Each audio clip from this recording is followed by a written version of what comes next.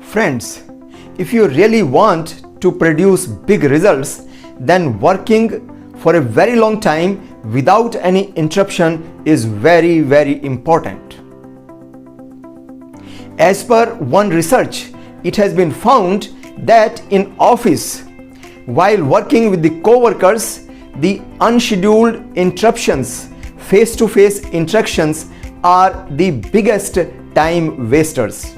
So it is advised that you can have a do not disturb sign on your desk or on your office door. If you are the boss in your office, you can set aside few hours for uninterrupted work. And if you are working from home, then you can tell your family members that work is work and it is the most important, so they cannot disturb you while you are working. Thank you.